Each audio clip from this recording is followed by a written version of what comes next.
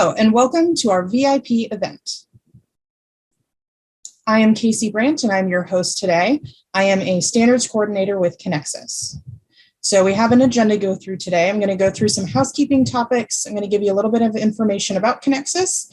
Then I'm going to hand the reins over to Gray and Raymond, and then we'll have a little bit of a Q&A session at the end.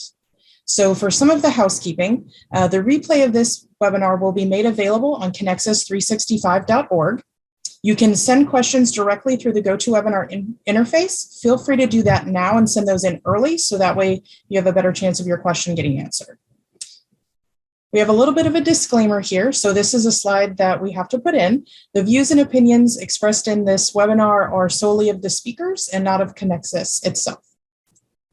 So we want to do a big shout out to our 2022 Diamond sponsors.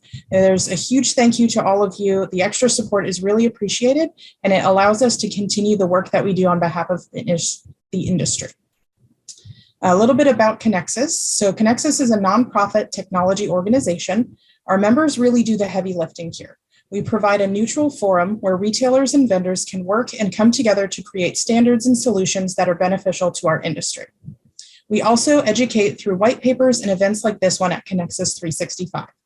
We also advocate on a technical level at other organizations to help steer the conversation around standards and policies so that changes don't affect negatively your business. So for Conexxus365, we have education webinars that go on there. We do have a subscription series for that. We have some great ones coming up before the NACS conference as well. Feel free to connect us on LinkedIn. We also have the Conexxus website itself, and then Conexxus365, where you can subscribe and see all of the past webinars that were recorded. So we do have two speakers today for this VIP session. We have Gray Taylor, who is the Executive Director for Conexxus, and he is joined with Raymond Huff.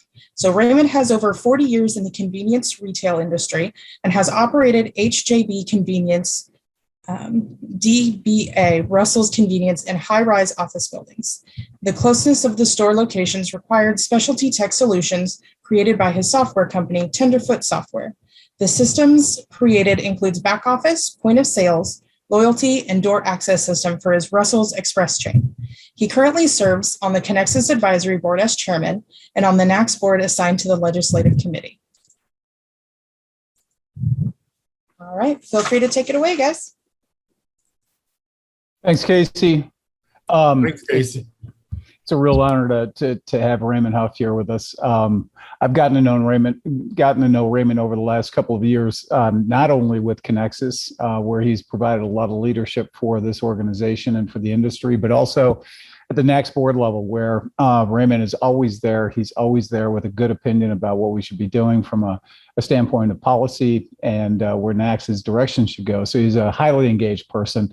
Raymond, welcome, and thanks for making time out of your busy schedule to be here. Thanks, Gray. I'm honored to even be considered a VIP in the convenience store industry.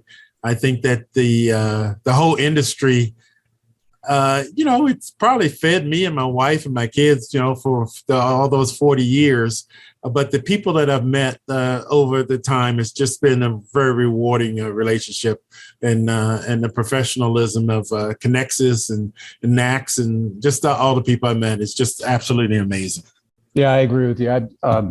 Having spent my life in the convenience store industry, it did definitely feed me, put me through college and a lot of other things. So it's one of those industries that you love, and we do it a lot. I think more for the money, not the money, but just because the people around it are just so genuine and so super. So I wanted to dive back a little bit into your career, because you and I have had a couple of times to sit down and just kind of chat about how we got where we are. We don't commiserate. It's just how we got there. So tell me a little bit about your journey. You actually started out in hospitality, didn't you? I did. I started working for Marriott, actually cleaning up the parking lot at 15 years old. I started applying at the Marriott. It was a restaurant near us. I think it was Junior Hot Chops, it was called. I started applying at 12 years old. And they're like, you're way too young. But my mom is like, you're never going to get the job if you don't keep trying. So once a week I'd go up and apply. The day I turned 15, they're like, okay, at least you're going to show up. We're going to hire you. But all you can do, under the laws is pick up trash off the lot, so forth, so on. I quickly figured out that is not a job that is going to last, because if people find a clean parking lot, they won't throw trash down. so I had to figure out another way to keep my job. So during my breaks, I would learn how to do things in the kitchen. And I got my opportunity at 16 and a half to fill in when they were just terribly short-staffed. And but I had been trained on everything, self-trained on everything, and went and I think I had the fry station. And at the time, just to think about the volumes that were being achieved back in these little junior hot shops or the hot shops restaurants. It's a Marriott thing. So Marriott doesn't do anything that doesn't make a whole lot of money. And those stores, I mean, the amount of French fries that we'd have to put through, remember, they only cost 39 cents, was just absolutely amazing. So from there, I ended up being a shift supervisor, then a manager. I got to become training manager. I think I might have been 19 when I was a training manager. I went to Howard University doing the same thing. That was crazy. That was probably a mistake. I should have just gone to school instead of working, but ended up at Howard University, concentrating in accounting. Became a regional manager for Marriott. And at the time, imagine with 39 and 49 cent price points, I was responsible for $50,000 a week and 2,000 employees. I mean, you're talking huge. So, you get a pretty big head on stuff like that. I had a little tiff with my boss's boss and had a cold call come in one day when I had this tiff. And I've had two jobs, the job with Marriott and the job that I'm doing now, because I got hired away to build out a chain, multi-state chain at the age of 28, 15 years, with 50, so maybe 29 with Marriott. And we built them out and did really well, and et cetera. And then we ended up picking up a chain of, believe it or not, gift stores, Hallmark card stores. And those Hallmark card stores are the stores that we now operate as Russell's Convenience. When I got involved in 88, we bought it in 89. By the time 91, 92, I was vice president of operations. And I'm looking at the P&L, and the P&L says, oh, you're selling 80% food and 20% cards. But the stores were 80% cards and 20% food. I'm like, oh, we need to make this flip. The stores were located in high-rise office buildings across the United States, where we still are located. So we made the flip. I changed the name. It was called Russell's. I changed the name to Russell's Convenience so that we told people what we were doing. And I had the opportunity to purchase the chain in 2004, and I've owned it since then. So that gives you a pretty good idea of how I got there. And so I could tell you the Marriott systems are the reasons why I was able to grow my business in such a way. And I'm still in business today. So taking a little time and learning from the big boys is not a bad thing, so to speak. No, not at all. I mean, so you mentioned that you're in high-rise office buildings. Tell us a little bit about the existing operation right now, because I mean, that's a niche that even some of the biggest chains haven't been able to really hack. Is, how do you get that business day part from first thing in the morning to when folks go home and fill in the convenience needs that they have from the office? Yeah, the high-rise office market sees themselves as a niche market that is significantly, what's the word I want to use? Where it's They believe that a normal convenience store does not fit in a high-rise office building with marble floors. Okay, so we sort of filled that position for them. Our stores are only open Monday through Friday, 6 to 6. All holidays off. I mean, it was a completely different model than even I did in Marriott, and what a standard convenience store would do. But your operational standards had to be extremely high. You had to be able to please the CEO as well as the secretary, the new hire coming in. And we were successfully able to do that. Today, with the advent of COVID, people are just beginning to come back to the offices. And we were really kneecapped, I would say is the right word from a sales standpoint, because they shut down everything. They shut down the offices, and people still at this point, and I got this information from Castle Systems, they're only 43% of the occupancy is back. I saw an article in Bloomberg that basically says, okay, we believe that only 60% will ever come back because the internet, the technology for people to work at home and keep their productivity up was greatly enhanced over COVID. So that sort of puts my model at a turning point. So we're looking to potentially do high-rise apartment buildings now, 700 units or more. So a very similar thing, but our hours would change dramatically. So in your prototypical store, obviously you're not selling gasoline, right? So that's Correct. A unique thing. You are a pure merchandise retailer.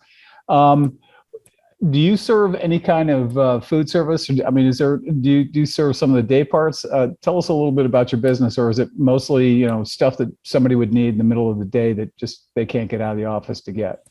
What we found this pretty early on in the 90s. I forget the name. Deli Fresh is the name of the sandwich product you could get that the most convenience stores had, that had $1, $2 sandwich, and we put 2 doors of it into one of our busiest stores, and they did not sell.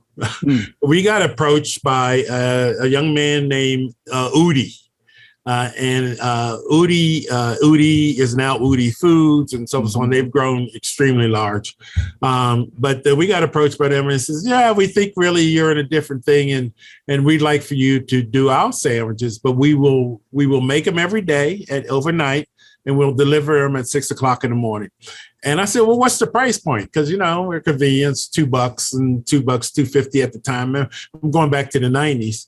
And he said $3.99. I'm like, $3.99? Nobody's gonna pay $3.99. He said, no, I'll guarantee the product. Let's put it in. We put it in. We sold out that same day before lunch because it was a high-end product that the people expected in high-rise office buildings. So we learned. Didn't look like we learned something out of a vending machine. Yeah, right. They wanted a higher end product, et cetera. And we ended up putting in several doors of that and growing that business and doing extremely well with it. So much so that when people would come in, they would get their coffee and maybe a donut, because donuts were big back then, pastries and all. And they would also pick up their lunch product. So, but that wasn't that good because we missed them if they picked up the lunch at breakfast, we missed them coming in and picking up other things. Didn't hurt our sales, but ultimately it did because people would come down and we'd be sold out. And it was very hard to tell much. So we sort of got that piece figured out. If we were making it on site, which we're not allowed to in a high-rise office building, you're just not allowed to. Just we're all of our locations are leased, not owned, and there's no venting. Right, because there's 50 stories of floors above you. You can't get your stack out far enough. So that sort of worked extremely well for us, and we continue to grow the business. And then we did that here in Denver, We ended up finding something similar in Los Angeles, San Francisco, actually Dallas, Houston. We were in 22 cities, and at the time we might have had 73 stores, et cetera. So also high-rise office buildings back then in the early 80s, as they were coming up, were basically owned by just 40 individuals or companies, or now they're controlled by management groups and things like that. So we sort of knew all the players, which is why we were able to go all over the United States to just like, hey, just put a Russell's in type thing. So that's sort of the model. We don't sell any gas. We don't sell any car products. We don't sell, nothing that you'd expect in a typical convenience store. So we sort of say that we are more like a high-end convenience store that you'd see in an airport, where you wouldn't expect any of those things, but you would expect, things that you could find. What kind of tenant participation do you look for in a building? Because I'm thinking those are your captured tenants, not unlike somebody saying, I'm going to pick this neighborhood because there's 3,600 adults in the neighborhood. What kind of criteria do you use? We use our model was we wouldn't go into any building less than 600,000 square feet, period. Right. And then that mix of customers had to be where they actually had people coming to visit them on a regular basis. So we tried the lawyers. People don't come in and spend money when they're coming to see lawyers. Not with you, at least. And we ended up doing a couple of government locations, city centers and things like that. And those were extremely good because of the people coming in to do permitting and things like that. And they'd see that we had a store and we get all that business for that. What we ended up deciding is that we had to go 600,000 square feet in a mix of people. Lawyers could be there. We really want, call centers and things. That's really what we were looking for, really densely packed people who needed to get up and walk away from their desk every now and then.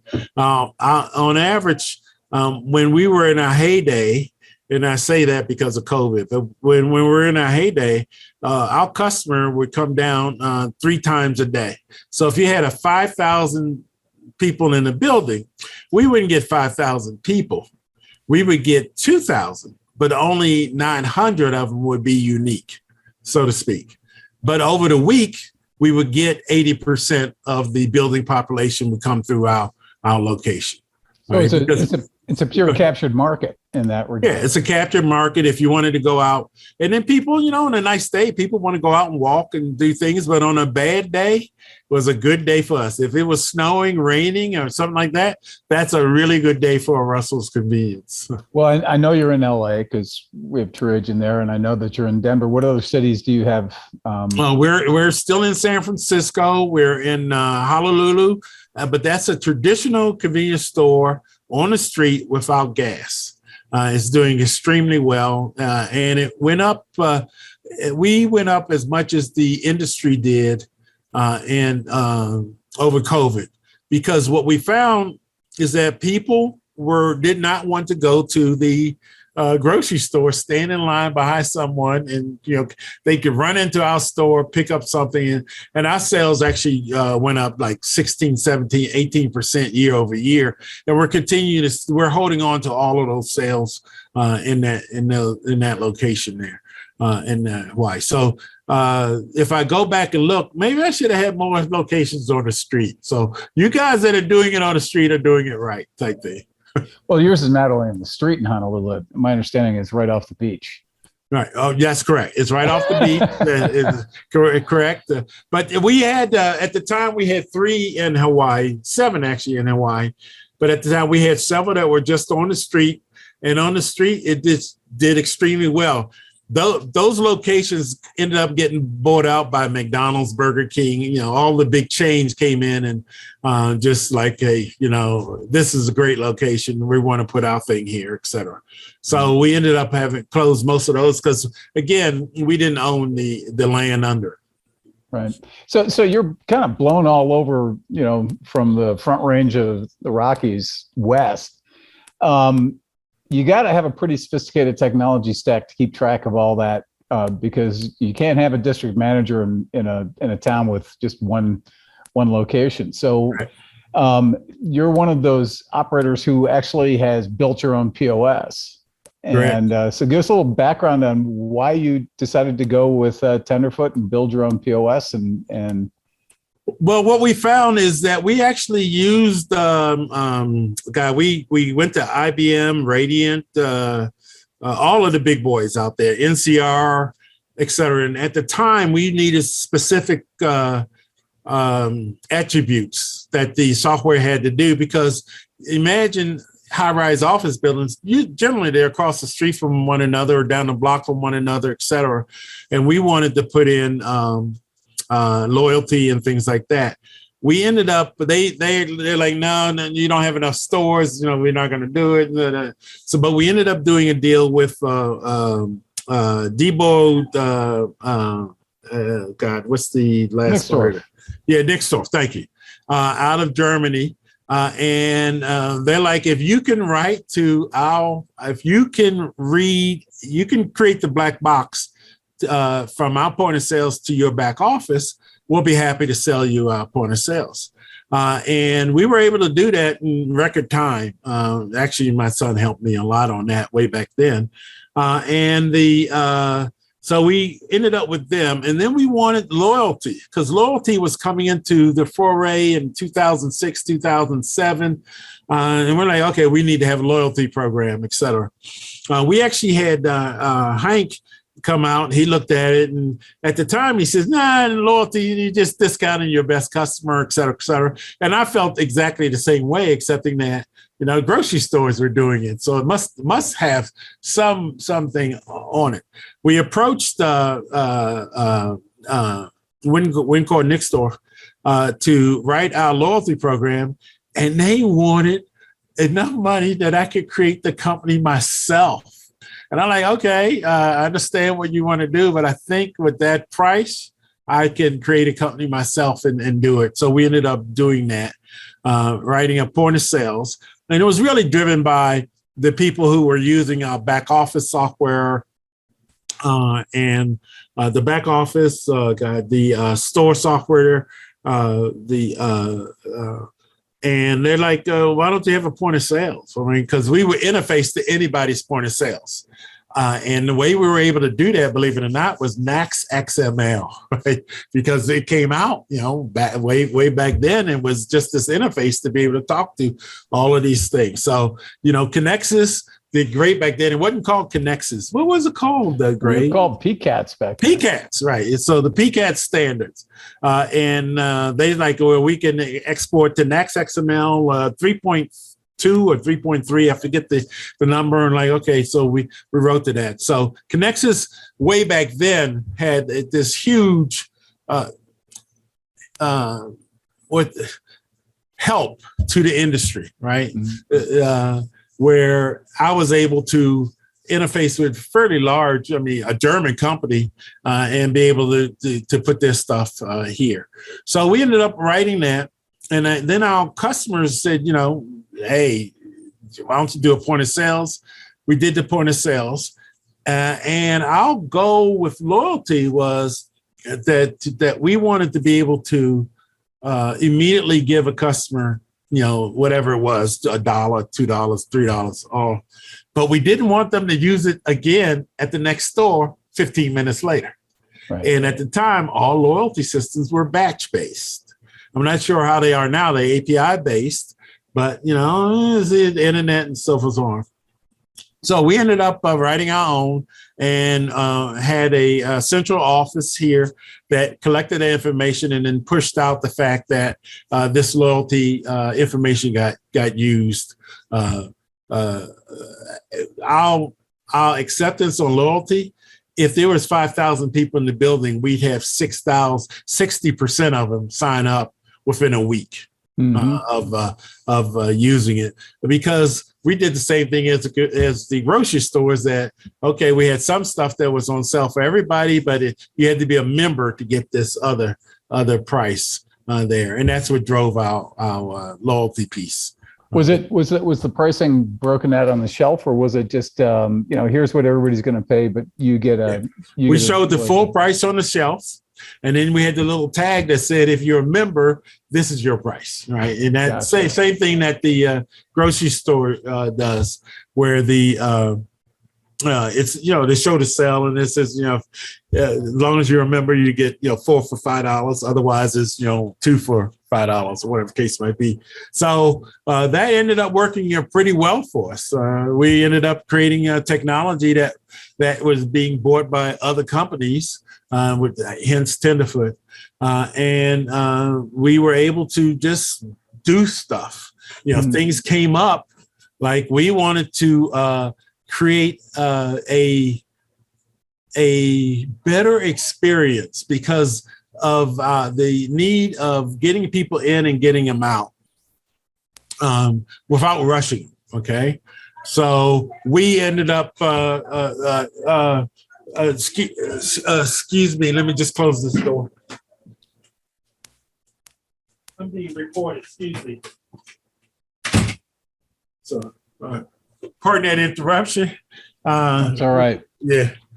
We ended up creating an environment where we wanted to actually have our customers not even stop at the register. This is in 2015 or 16. And I think Go Skip had come out with their thing. And because we had the software piece, they're like, if you can write to our API, you can use our stuff. We were able to do that in record time and get it out into the stores. And what we found for the Go Skip app is that we were really asking the customer to become the cashier, because they had to scan the item and do certain things, but they could then walk out, right? Some people liked it, some people didn't, but over time they came back to us and said, you know what?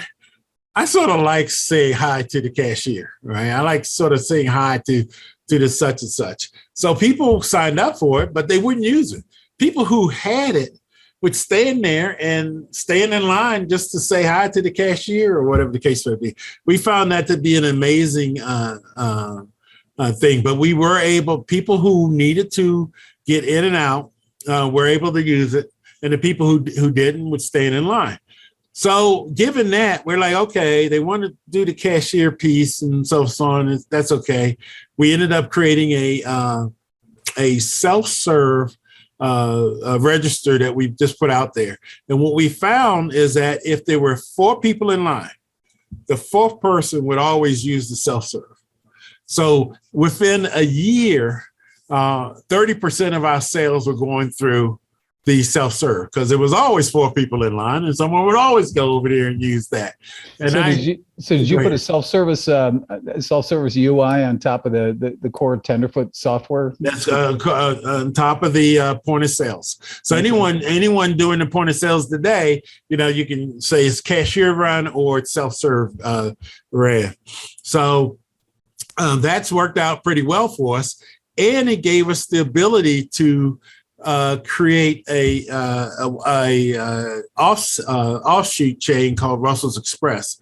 And that only came up because the largest building in Denver decided to take the food court out of the building, where about 27,000 people were coming through that thing on a regular. I mean, it was a gold mine, and they decided they didn't want that anymore. Right, because it was on the 16th Street Mall. There's a mall, 16th Street Mall here, and they wanted to put in a gym, like in a play area. I'm like, really? And so our lease was up, and we're like, well, there's no more traffic, so we have, we're not going to renew our lease. And they're like, no. We need to keep you here. Don't you have something you can do? I'm like, maybe we can try this Russell's Xpress thing. I think in 2014 or 15, I don't remember the exact date that we tried it. That we put it in. So we did. We put one in, and we found some very, very interesting facts about the industry. And this is for all of you people out there who are worried about shrink and stuff like that. So in our environment, we put this self-serve system in using the loyalty program. That's how you got in and out of the store. Punch it in, the door would open, you can go in, you scan your own stuff, and it was credit card only. Our shrink went to almost zero. So what's that tell you? Like, is it your vendors? Is it your staff, or is it your customers? Well, in all the man stores, the staff and they say it's the customers, right? What we found is that that's not the case. That most people want to.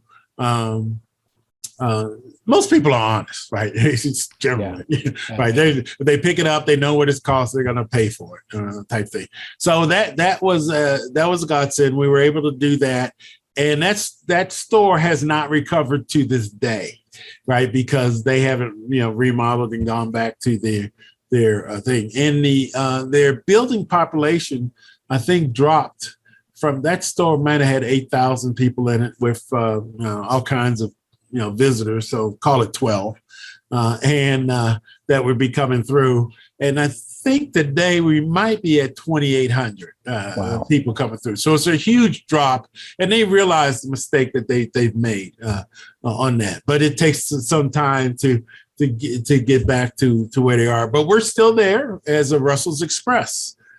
COVID then came along, and at the time we had 14 stores in Denver. Everything shut down. And in my case, since I wasn't on the street, I couldn't put up a sign that said, hey, everything, 80% off, just buy it. So we ended up losing hundreds of $1,000s worth of inventory. I mean, it was a crazy time. So we, as things came, and I think I had 3 or 4 stores that might have been up for renewal that we were going to renew.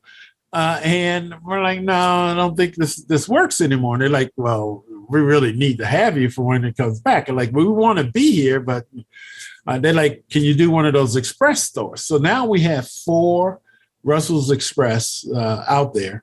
They have not recovered, right? The market hasn't recovered, but we are much more sophisticated in how we operate those stores, and we're looking into even autonomous, completely autonomous checkout, where you don't even have to stop at the register to get in and get out.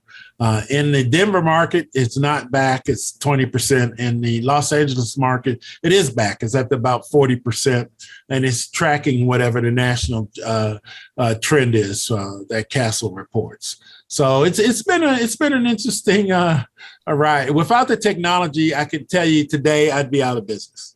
Yeah, I mean that's the amazing thing. So on the Xpress stores, what's the square footage on those? Are they 1,200? We reduced the Xpress.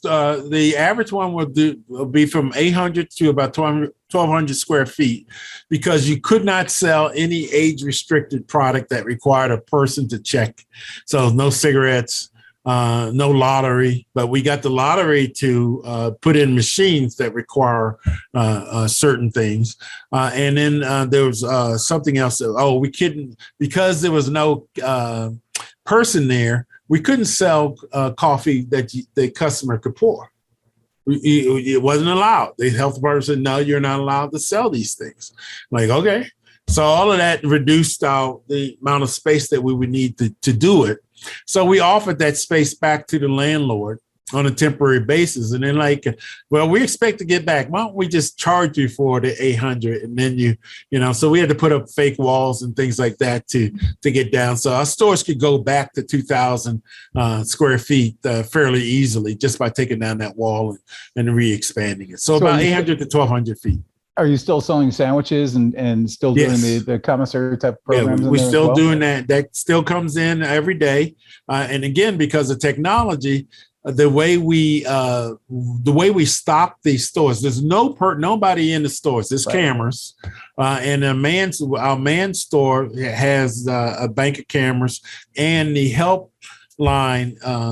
If somebody picked up the telephone, it automatically rings the closest store for if there's an issue or whatever. So we can have someone there in about 3 or 4 minutes. Just and again, it's downtown, high-rise office building, they're all within a couple of blocks of one another. So that wasn't a problem for us. But ultimately, the Russell's Xpress is how we expect to get back to normal.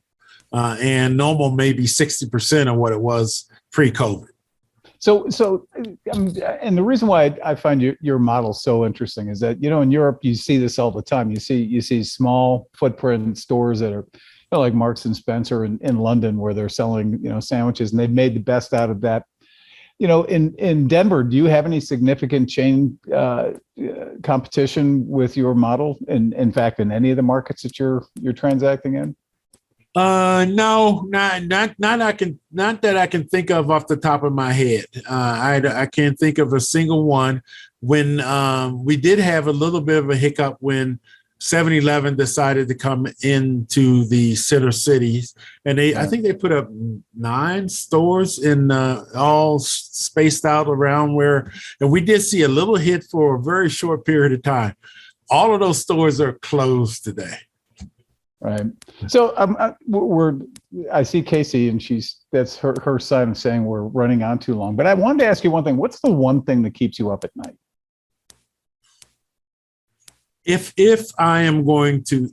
my company is going to be able to meet the needs of the consumer, because the consumer is changing dramatically. We found. This is very interesting, I think. And everybody, you guys out there who are making decisions, sort of watch what happens in your store. We found that we had these kids come in. I call them kids because they're 30 years old. Okay, they're adults, but to me they're kids. They come in and then you take Apple Pay. And we're like, what's Apple Pay? Like, no, it's just this thing. Put your watch on it. I'm like, we don't know. No, we don't take that. They're like, yeah, you do. I'm like, I do.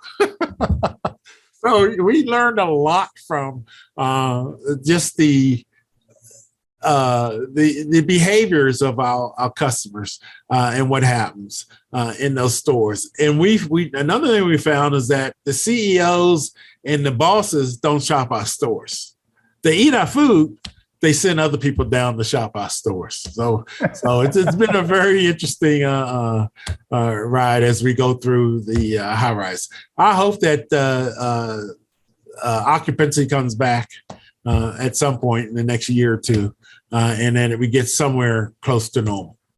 Well, to me, we're gonna as we wrap up. You've always struck me as a small business operator, feisty. Very entrepreneurial, and one of the few folks who has put technology as a core enabler of you being able to pivot and respond to things that are happening out there in the marketplace. And you mentioned adoption of the old PCATS POSMO standards way back when as an extension of your core back office accounting package and moving it towards the POS real time. So you not only have bought into the concept of things, you actually have incorporated into your business. And I've worked with your company on TruAge. You are the only point of sale today that is fully integrated TruAge, and it's been operational in your stores for quite some time. And you were a pioneer in that, and we really appreciate that.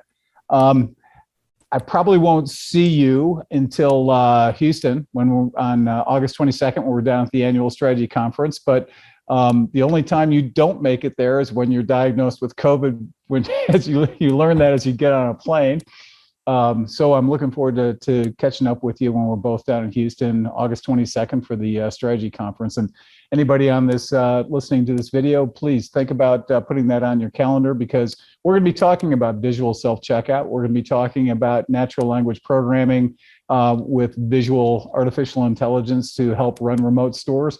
And I think Raymond has broken a lot of ice here. Smaller format, niche stores pushed into what we currently think is impossible situations, but relying heavily on technology is a niche that we haven't really addressed. And I think Raymond can show us the way as to how we get there. So Raymond, thanks again. Appreciate it, my friend. And we will see you in 5 short weeks. Yeah, I'm looking forward to the Conexxus conference. This is a strategy conference. That conference you just had in Tucson was absolutely amazing, well attended, learned a lot of stuff there, and found out that even though I might be a small operator, I have the same problems as the big ones. So thank you very much. Thanks, Raymond.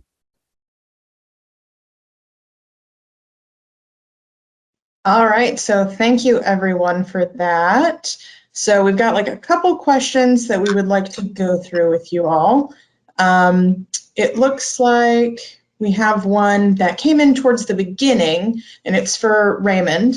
And it says, so when you started, about how many items were in your stores at the beginning?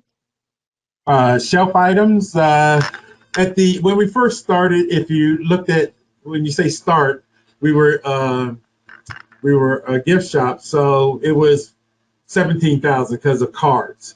But convenience items, it was probably about 800, and now we're up to about 1,400 different items in a convenience store. Okay. The same person also asked, did you use retail accounting? Do you still use retail accounting? We use, well, when you say retail accounting, I'm not sure what you mean, because we carry inventory, we have to be on, I forget what they call the accounting, but you can't do cash accounting. So I know of cash accounting, I know of the other accounting, I forget the term that they use. So they may be asking a different question than I'm answering, because now I have my accountant's hat on, if you know what I mean. But if at the store, we use standard markups of Keystone, which is a 50% markup. That's from the gift industry. But in convenience, it's somewhere between 29 and 43% is what we mark up products that come in the back door. Okay. Someone said, how did you manage the transition to scanning? It's really interesting, the transition to scanning. If you guys can remember back, scanning really came into the forefront in the early 80s with the large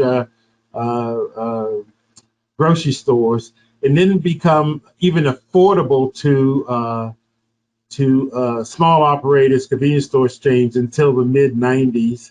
However, because of our locations for the card shops, one of them being in the World Trade Center in New York, we adopted scanning in 1992, hence the Nixdorf connection, because they had the scanning option for us. So I think Wawa was first, and we might have been like third or fourth to adopt scanning on the retail side. But at the time, we were more card shops, but we were like the third small retailer to actually go out there versus Kroger and Safeway, etc.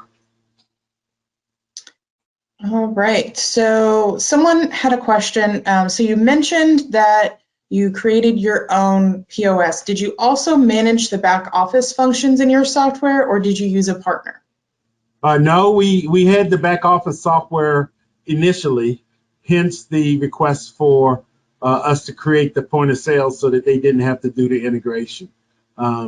So we actually did the back office point of sales because of my Marriott background, and when we picked up the which used Big Iron, the big machine, IBM 36s and greater, and then when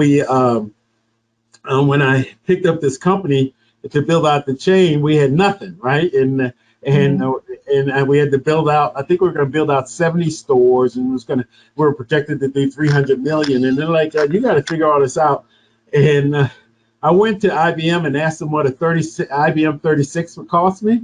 It was like $350,000 and I had $0 in sales. And that's back in the 80s. So we definitely couldn't afford that. So we ended up creating our own little thing. And I just did it on the weekends, mainly because of when I was in school, I also did computer stuff, obviously. And then Marriott also used my computer skills from at the regional manager level. They're like, okay, you got this down pat. You need to interface between the computer department and the board for when they come in and start talking about things. So that's sort of how I got into it. And so back office, we did the back office and even our corporate office. We collected all that information. We actually partnered with Sybase and Tenderfoot got a propeller head in 1999 and was brought into one of their big conferences because we were the first company to ever do almost real-time reporting at a small level. We weren't a Walmart or anything like that, but we actually had accomplished it using their software, so they pushed that out there. All right. So I think that's most of the questions that we had. Did you want to ask any further questions, Greg?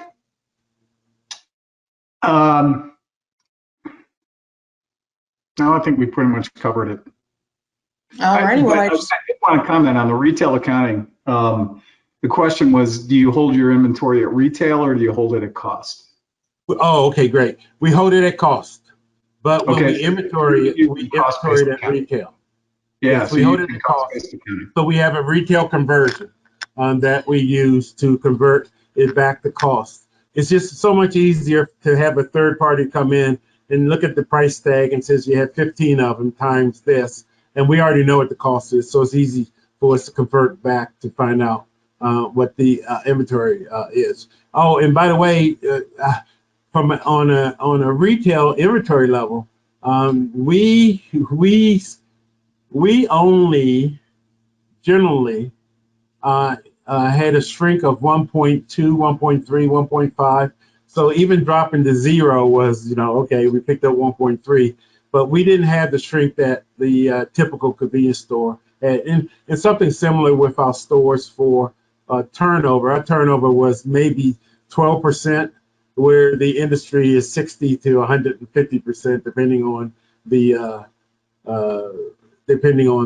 position. So. Mm-hmm. Hey, another question I had on your back office. Yeah. Do you guys consolidate that at the corporate level? Do you have a repetition? Yes. Yeah, we do. We do the consolidation here. It all comes into the back office, and it comes into the back office because it's completely electronic.